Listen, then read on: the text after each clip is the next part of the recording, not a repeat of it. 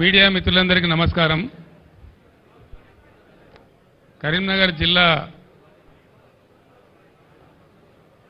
మిత్రులు ఉన్నారని అనుకుంటా ఉన్నారు కదనండి. District level correspondents Karimnagar. నేను మీకు ప్రత్యేకంగా ఎందుకు రిఫర్ చేస్తున్నా అంటే, దయచేసి ప్లీజ్ సైలెన్స్. 5-6 సంవత్సరాల క్రితం ఇదే పాత కరీంనగర్ జిల్లాకు నేను వచ్చినప్పుడు కరీంనగర్ టౌన్లో జరిగినటువంటి మీడియా సమావేశంలో నేను మీకు స్పష్టంగా ఒక మాట చెప్పిన. అది నేను మహారాష్ట్ర ముఖ్యమంత్రి దేవేంద్ర ఫడ్నవీస్ గారు, ఏపీ ముఖ్యమంత్రి జగన్మోహన్ రెడ్డి గారు, ఆనాటి గవర్నర్ నరసింహన్ గారు, మేమంతా కలిసి కాళేశ్వరం ప్రాజెక్ట్ ఇనాగరైజేషన్ చేసిన తర్వాత కరీంనగర్కు వచ్చిన సందర్భంలో మాట్లాడుతూ నేను చెప్పిన మాట. ఇప్పుడు ఎవడెక్కడ పోయినా కాళేశ్వరం పని కంప్లీట్ అయింది కాబట్టి కరీంనగర్ జిల్లాకు మాత్రం ఇక డోకా ఉండదు. ఈ జిల్లాలో 4 సజీవ జలధారలు అమృతధారలుగా ఉంటాయి. నిరంతరం ఈ జిల్లాను కాపాడుతాయని చెప్పి నేను చెప్పిన.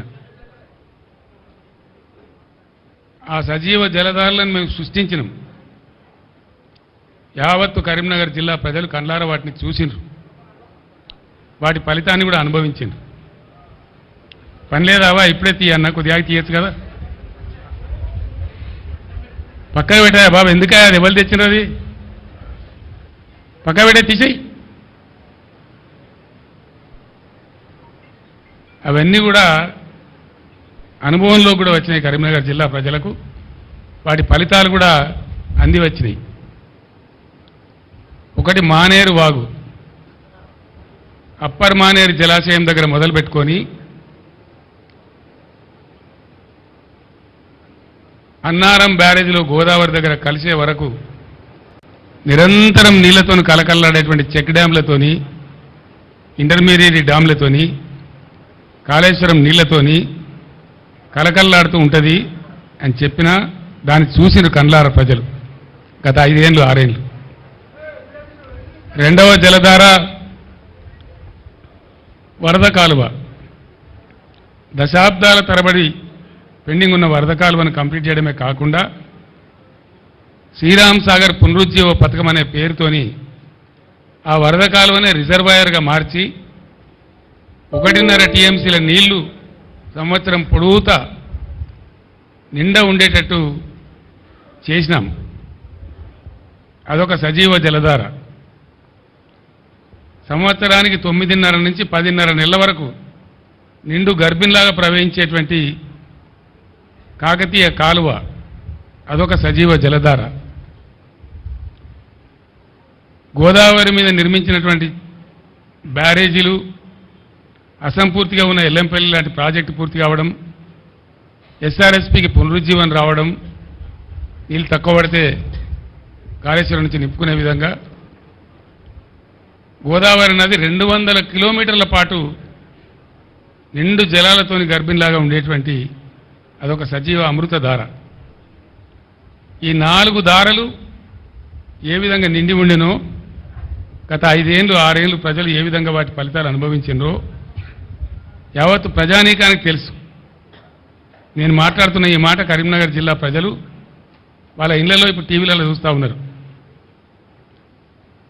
అదే ఈరోజు వస్తూ ఉంటే ఇన్ని జలధారలు సృష్టించబడి 4-5 సంవత్సరాలు చక్కటి ఫలితాలు లభించి లక్షల టన్నుల ధాన్యం పండించి పుష్కలంగా మంచినీరు ఎంత కావాలంటే అంత మంచినీరు అనుభవించినటువంటి కరీంనగర్ జిల్లా ప్రజలు 4-5 నెలల్లోనే ఏం జరుగుతూ ఉందో చూస్తూ ఉన్నారు.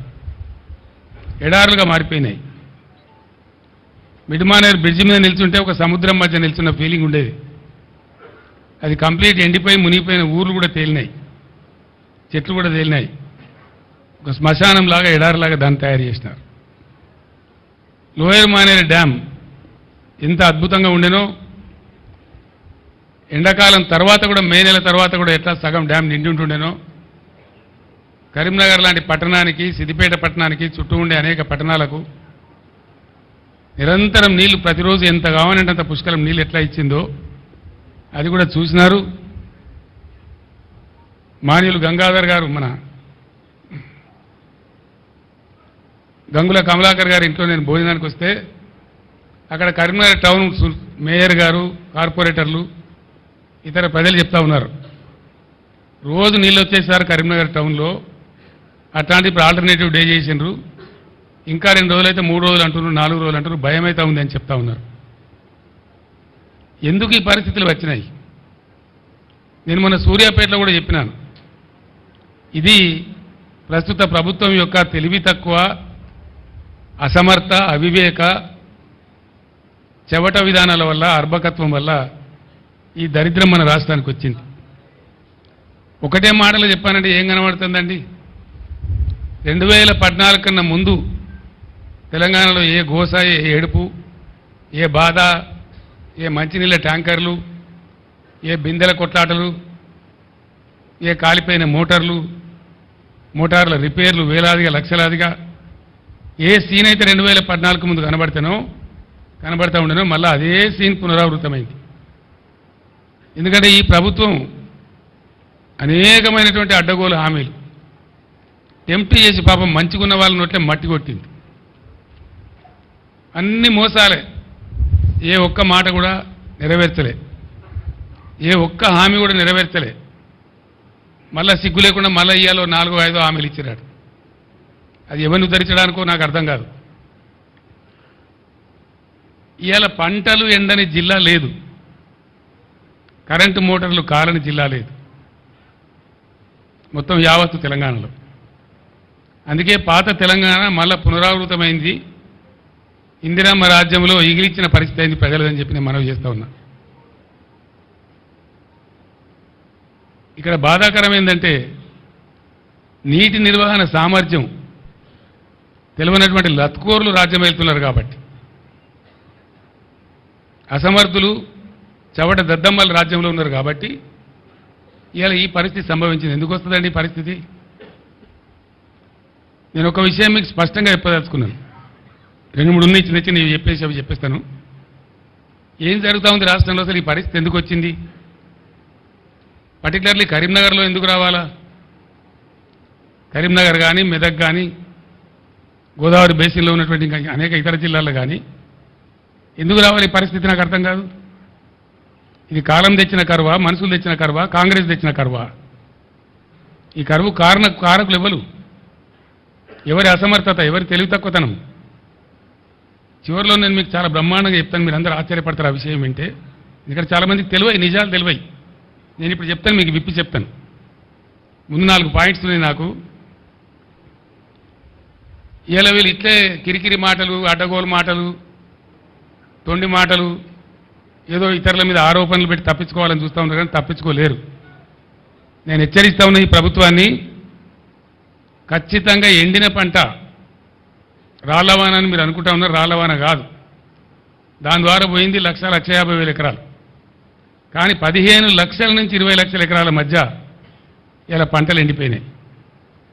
నేను పర్యటించిన 4-5 గ్రామాలలో, నా పర్యటన లేని గ్రామాలలో కూడా రైతులు అడ్డం వచ్చి ఆ వెదిర కావచ్చు, గంగాధర కావచ్చు, ఇంకో చోట ఎండిపోయిన వరి చేలు తీసుకొచ్చి అడ్డం తిరిగి బస్సు ఆపి వాళ్ళ చేతికి చెప్తా ఉన్నారు, సార్ మా ఊళ్ళో 600 పోయింది, మా ఊళ్ళో 800 పోయింది, మీదికి పొలం పచ్చగా కనబడుతుంది కానీ మొత్తం కింద పర్రెలు పెట్టింది చూడమని చెప్పి నన్ను పొలం లోపల దాకా తీసుకుపోయి చూపెట్టినారు. ప్రతి పంట ప్రతి దగ్గర ఇదే పరిస్థితి. దీనికి ఏంది? నీటి నిర్వహణ సామర్థ్యం లేక, దాన్ని ఎట్లా వాడానో తెలియక, వైఫల్యం, ప్రభుత్వ వైఫల్యం ఒక కారణం. సరే, అదైతే నెటమటమైన పాత బోర్లు ఉన్నాయి కాబట్టి కరెంటుతోనన్న వారేసి దక్కించుకుందామంటే కరెంటు క్వాలిటీగా రాకపోవడం, మోటార్లు కాలిపోవడం రెండవ కారణం.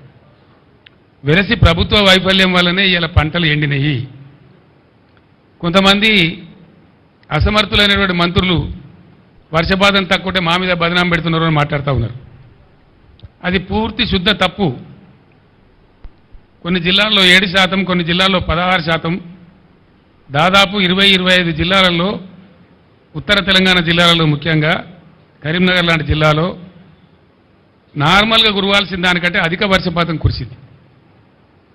ఎక్కువ రెయిన్ఫాల్ ఉండగా కూడా ఈ పరిస్థితి ఎందుకు వచ్చింది అంటే పూర్తిగా ప్రభుత్వ అసమర్థత, ప్రభుత్వ వైఫల్యం తప్ప దీనికి వేరే కారణం లేదు. ఇక్కడ బాధ కలిగే విషయం ఏంటంటే, నేను కూడా దుఃఖంతో చెప్తున్న మాట ఏంటంటే, కాలం కాకపోతేనేమో రైతు ఇంత నష్టపోడు, కాలం కాలేదని దేవున్నో ధర్మాన్నో తిట్టుకుంటాడు, పంట వేయడు.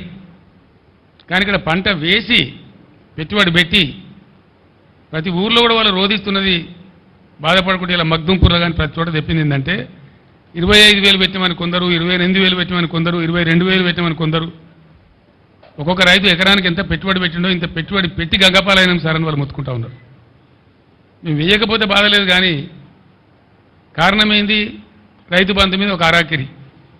అది ఎప్పుడు వేస్తారో ఎప్పుడు వేయరో చెప్పకపోవడం, 7 ఎకరాలని 3 ఎకరాలని 4 ఎకరాలని దానిలో తొండి పెట్టి అసలు వస్తుందా రాదా ఒక కన్ఫ్యూజన్ గురి చేయడం రైతులను. నిన్న మొన్నటి దాకా ఇప్పటికి కూడా ఇంకా పూర్తిగా వేయలే రైతులకు, 100% వేయలే. ఇంకా దాని మీద ఒక పాలసీ లేదు, ధైర్యం లేదు, చెప్పే తెలివితేటలు లేవు. అదొక వైఫల్యం. అదేవిధంగా నేను మొన్న మాట్లాడితే ఇంత గలీజ్గా అంటే ఒక ముఖ్యమంత్రి స్థాయిలో 100 రోజులలో 200 మంది రైతులు చచ్చిపోయిన 200 పైచీలు కానీ నేను చెప్తే 48 గంటల్లోగా ఇవ్వండి, మేము వాళ్ళకు నష్టం ఇస్తామని చెప్పినారు. మేము 4 గంటలనే ఇచ్చినాం. ఇది లిస్టు. 4 గంటలే, 4 గంటలనే ప్రభుత్వానికి చీఫ్ సెక్రటరీకి పంపించినాం. 209 మందికి పంపించినాం. దాని తర్వాత కూడా ఇంకో 5-10 జరిగినాయి. ఇప్పటికీ ఉలుకు లేదు, పలుకు లేదు, ఏం లేదు. నేను డిమాండ్ చేస్తా ఉన్నా, మీ అసమర్థత వాళ్ళకు చచ్చిపోయారు కాబట్టి వాళ్ళకు తలా 25 లక్షలు వెంటనే నష్టపరిహారం చెల్లించాలి. ఆ ప్రభుత్వాలను, ఆ కుటుంబాలను పరామర్శించాలి.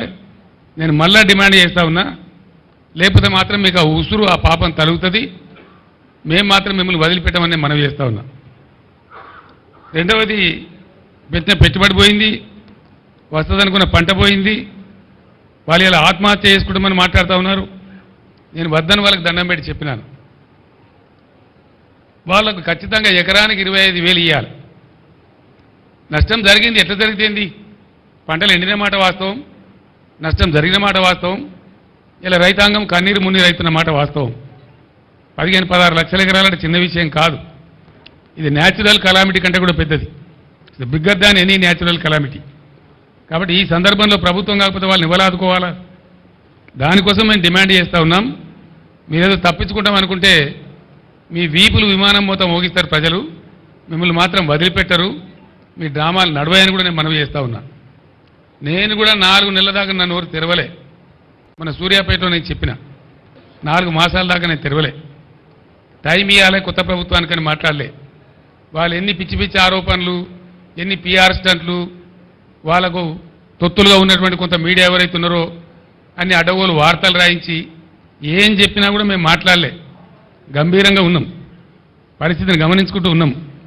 మంచి చెడ్డలు ప్రజలకు కూడా తెలవాలనే ఉద్దేశంతో ఉన్నాం. మేము మాట్లాడలే. మేము చెప్పేది ఇలా ఎండిపోయిన పంటలు వట్టిగా తమాషగా చెప్తే మీకు ఎండిపోయిన పంటలు రైతులు ఇచ్చిన ఫోటోలు ఇవి. మేము తీసినవి కావు. మేము పోయే వరకే పెట్టుకొని ఉన్నారు వాళ్ళు. మేము పోయిన గ్రామాలలో ఎన్ రూట్లో పెట్టుకొని ఉన్నారు.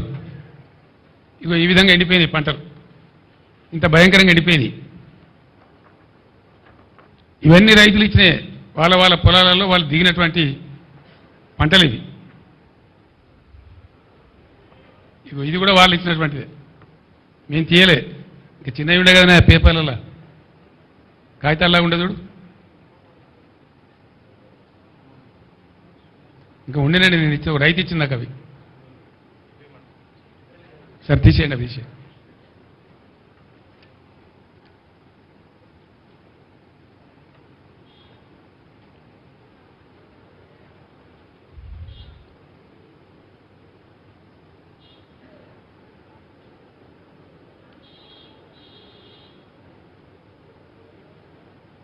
ఇంకా తమాష ఏంటంటే ఆ ముఖ్యమంత్రి మాట్లాడతాడు,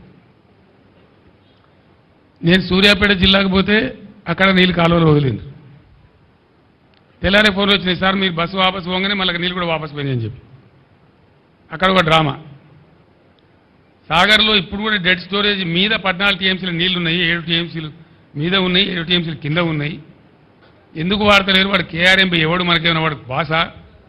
వాడు ఓన్లీ సమన్వయకర్త 2 రాష్ట్రాల మధ్య. వానికి మన మీద పెత్తనం ఎందుకుంటుంది అని చెప్తే ఎన్నో రోజుల నుంచి ఎండబెట్టి నాగార్జున సార్ లెఫ్ట్ కెనాల్లో నీళ్ళు వదులుతారు. నేను చెప్పితే నేను ఇటు వస్తున్నా, కరీంనగర్ వస్తున్నా అని ప్రకటిస్తే మొత్తం కూలిపోయిందని మాట్లాడినటువంటి కాళేశ్వరం పంపులు ఆన్ చేసి వరద కాలువలోకి నీళ్ళు వదులుతారు. వదులుడు కాదు, సిగ్గు లేకుండా ముఖ్యమంత్రి మాట్లాడతాడు. ఏం మాట్లాడతాడు? కేసీఆర్ గారు మాకు ముందే చెప్పచ్చు కదా నీళ్ళు వదలాలని. ముఖ్యమంత్రి నేనా మరి నువ్వా? ఇవాళ రాష్ట్రానికి ముఖ్యమంత్రి ఇవ్వాలి. నీ ఇంజనీర్లు ఏం చేస్తాను, నీ కథ ఏం చేస్తాను, నీ డిపార్ట్మెంట్ ఏం చేస్తుంది, నీ ఇరిగేషన్ మినిస్టర్ ఏం చేస్తాడు, నువ్వేం చేస్తాను? ప్రభుత్వం నీది కదా, ప్రజలు నిన్ను కదా గెలిపించిండ్రు, ముందే చెప్పాలి కదా మాకుంటాడు. మన సూర్యాపేట నుంచి బయలుదేరి మొదలు పెడితే నేను ఎల్లి నుంచి మళ్ళీ ఏలటి వరకు 3 కాలువల నీళ్ళు వదిలేదు. ఇదేం కథ మరి? ఈ తెలివి ముందెక్కడ పోయింది? ఎందుకు వదలలేదు? ఎందుకు 1000 ఎకరాల పంటలంటే కొట్టిండ్రు? నాగార్జున సాగర్ కాలువ కొద్ది రోజుల ముందిచ్చుంటే, ఒక 20-25 రోజుల ముందిచ్చుంటే అనేక 1000 ఎకరాల పంట ఒక్క తడి కోసం ఎదురు చూసే పంట బతికేది. వరద కాలువ కింద కూడా ఇలాంటికి 20-25 రోజుల కింద వదిలి ఉన్నట్టయితే ప్రతి గ్రామంలో కొన్ని 100 ఎకరాల పంట దక్కేది.